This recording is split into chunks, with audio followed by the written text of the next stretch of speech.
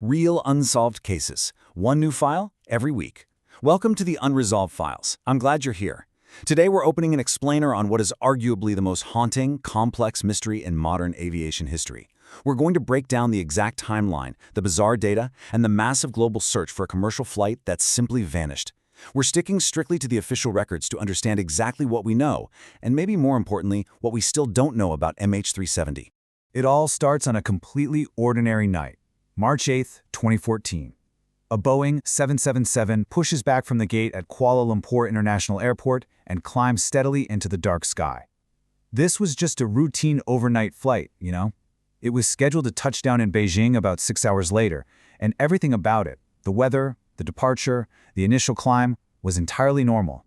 But before we get into the technical data, I want to just pause right here. 239. That is the number of people on board.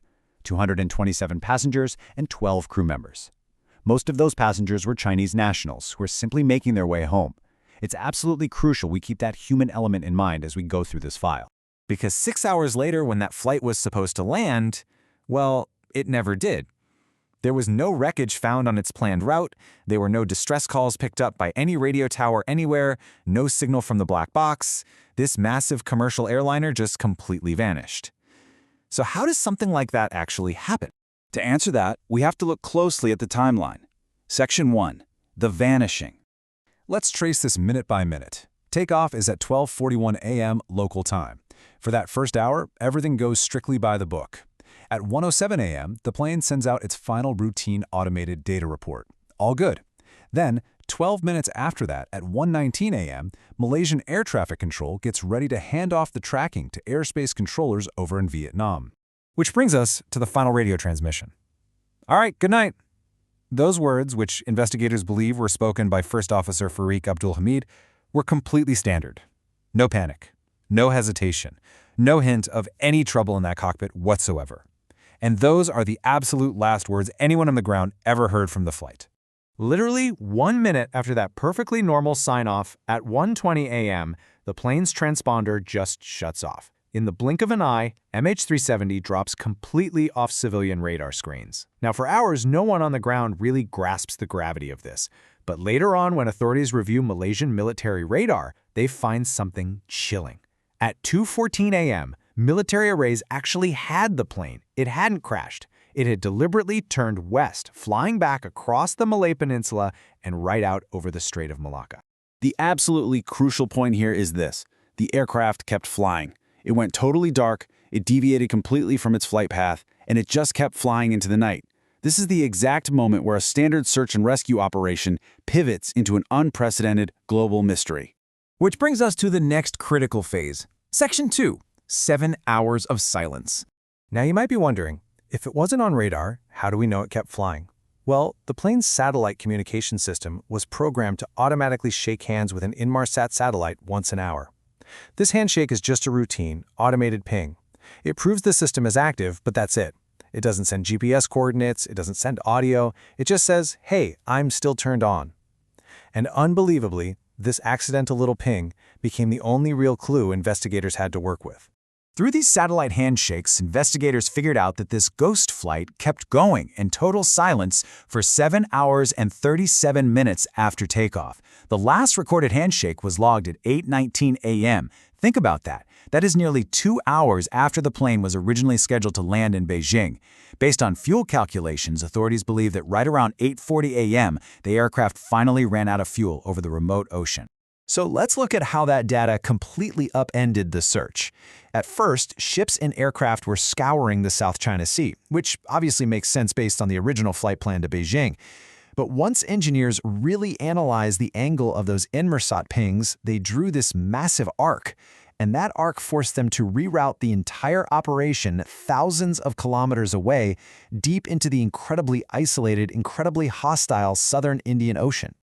And that massive shift in focus leads us to Section 3, the largest search. This search of the southern Indian Ocean brought together dozens of countries using the most advanced deep-sea sonar equipment on the planet. But the seafloor down there, it is mountainous, it is deep, and for over a year, searchers found absolutely nothing. Then, finally, a breakthrough. In July 2015, 17 months after the plane vanished, a barnacle-covered wing flap washed ashore. Not anywhere near the immediate search zone, mind you, but on Reunion Island, way off the coast of Madagascar. That wing flap was officially confirmed to be part of MH370, and over the next few years, more fragments washed up, scattered all along various African coastlines. So, what does this actually tell us? Well, it gives us definitive physical proof that the aircraft met a violent end and broke apart. But here's the deeply frustrating part. Ocean currents are incredibly complex. Debris washing up thousands of kilometers away proves the plane crashed, sure, but it offers exactly 0 exact coordinates for where the main fuselage, or those black boxes, actually rest. With the main wreckage still hidden, it created a massive investigative vacuum. Section 4. Theories and the official report. Because of all this silence, authorities obviously investigated several different scenarios. The leading theories include a deliberate manual turn, which was circumstantially linked to a route found on the captain's home flight simulator. But they also looked into other theories, like a sudden, incapacitating depressurization that just left the plane flying on autopilot, or maybe some sort of catastrophic mechanical failure that knocked out all the communications at once. Now, despite that circumstantial evidence regarding the flight simulator, I need to make this very clear. No evidence has ever confirmed intent. The official investigation explicitly states that no charges have ever been filed, and no individual, and that includes Captain Zahari Aved Shah and First Officer Farik, has ever been legally confirmed responsible for the disappearance. In this explainer, we stick to the verified facts, and the facts say the cause remains entirely unproven. Which brings us to the really agonizing conclusion of the official safety investigation report from 2018. It's nearly 500 pages long. And after years of analysis, thousands of pages of data, and unprecedented multinational cooperation, their official stance is just heartbreaking. Quote, "The team was unable to determine the real cause of the disappearance. But just because they lacked a final conclusion doesn't mean they stopped looking." Section 5. An open investigation. Just take a second and look at this staggering number. Over 140,000 square kilometers of deep ocean seafloor have been mapped and scanned since 2018. We are talking about areas of the Earth's surface that human beings had literally never seen before, all charted in the desperate hope of finding this one single aircraft. And still, across all those square kilometers, 0 results confirming the main wreckage. So this is not a cold case. Not at all. The marine robotics firm Ocean Infinity set up a no-find, no-fee agreement with Malaysia, sending down these incredibly advanced automated vehicles for scans throughout 2025 and early 2026. And even though those recent scans ended without finding the wreckage, Malaysia has officially extended the search agreement all the way through June 2027. The hunt is absolutely still active today. But behind the robotics, the sonar, the sheer logistics of it all, we have to ground this mystery back in reality. 239 families are still waiting.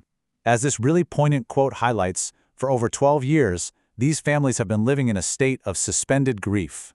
In our hyper-connected world, losing contact usually just means a dead battery or a temporary glitch. But for the families of MH370, that disconnection became permanent, and the agonizing wait for closure continues every single day. And that leaves us right here. The data points us toward the vast, unforgiving southern Indian Ocean, and yet the definitive proof is still out of reach. The official search goes on, pushing the very limits of deep-sea exploration, all in the hope of answering the greatest aviation mystery of our time. So the question remains, somewhere out there, the truth is waiting to be found. But when will this file finally close? Thanks for joining me for this explainer. If you found this deep dive insightful, be sure to join us next week as we open another unresolved file and search for the facts. See you then.